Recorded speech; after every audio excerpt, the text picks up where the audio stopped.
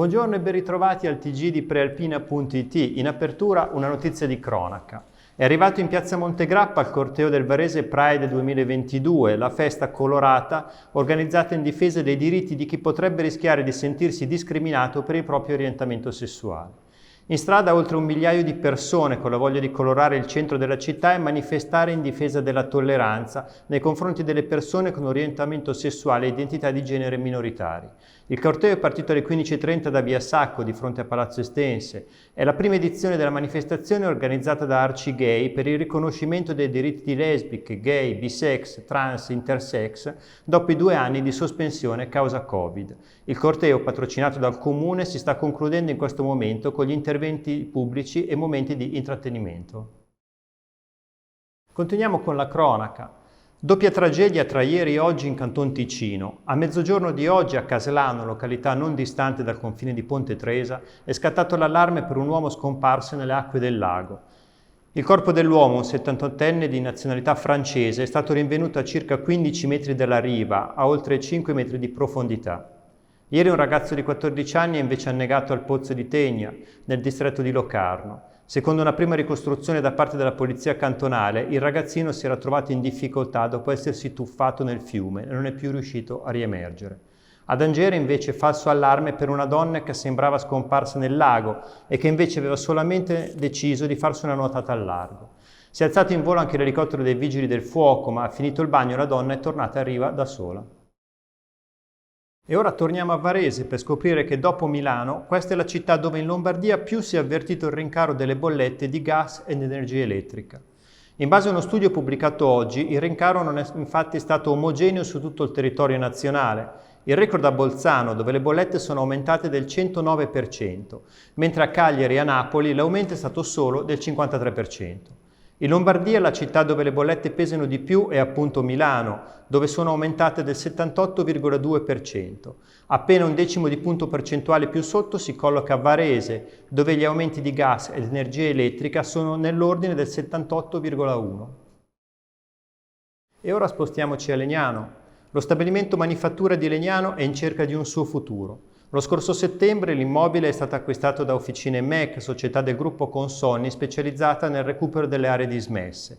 Nelle prossime settimane la discussione sul piano attuativo entrerà nel vivo. Ieri la proprietà e la giunta di Lorenzo Radice hanno invitato i politici a visitare il monumentale stabilimento che con la sua ciminiera alta 78 metri è uno dei simboli della città.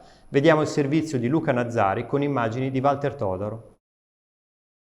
Troviamo alla manifattura di Legnano dove stamane l'amministrazione comunale ha organizzato una visita guidata rivolta ai consiglieri comunali per illustrare il sito che si estende su quasi 50.000 metri quadrati nella piena zona centrale di Legnano. Assessore Lorena Fedeli, assessore al territorio, a che punto siamo con la procedura di recupero?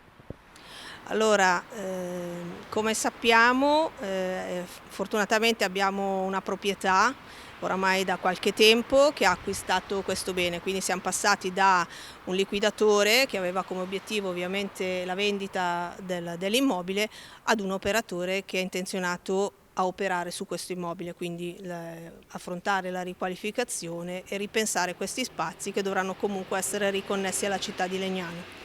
A che punto siamo? Loro sono già venuti ovviamente, hanno iniziato a prendere tutta la documentazione inerente a questa proprietà, fare i rilievi del caso anche con droni per quanto riguarda le facciate e le parti esterne, quindi diciamo stanno iniziando a prendere contezza di ciò che c'è come esistente. Anche rispetto al concetto non solo degli spazi ma anche rispetto alle quote che questo pezzo di città ha rispetto alla parte esterna, quindi il rapporto che potrebbe avere con via Alberto da Giussano, il rapporto che potrebbe avere con via Lega e soprattutto il rapporto che questo spazio avrà con tutto ciò che circonda, quindi il bordo di Sant'Ambrogio, la chiesa di Sant'Ambrogio e altri spazi della città. In che tempi potremmo aspettarci una presentazione di un progetto di massima? Allora, ovviamente non dipende dall'amministrazione comunale, l'amministrazione comunale, come sapete, ma presumo che sia normale per tutti, è intenzionata a far progredire questo progetto, perché è troppo tempo che questo pezzo di città non è più parte della città di Legnano e deve ritornare ad esserlo. Quindi la disponibilità è massima, ovviamente gli operatori, come tutti gli operatori, sono privati e di conseguenza loro già si stanno muovendo, e questa cosa per noi è importante, perché vuol dire che sono dei primi segnali per arrivare ad una definizione. Al momento non abbiamo una progettualità, ovviamente, però abbiamo iniziato delle interlocuzioni. E ora parliamo dell'ondata di caldo che durerà almeno fino a martedì, con massime sopra i 35 gradi a Varese e provincia.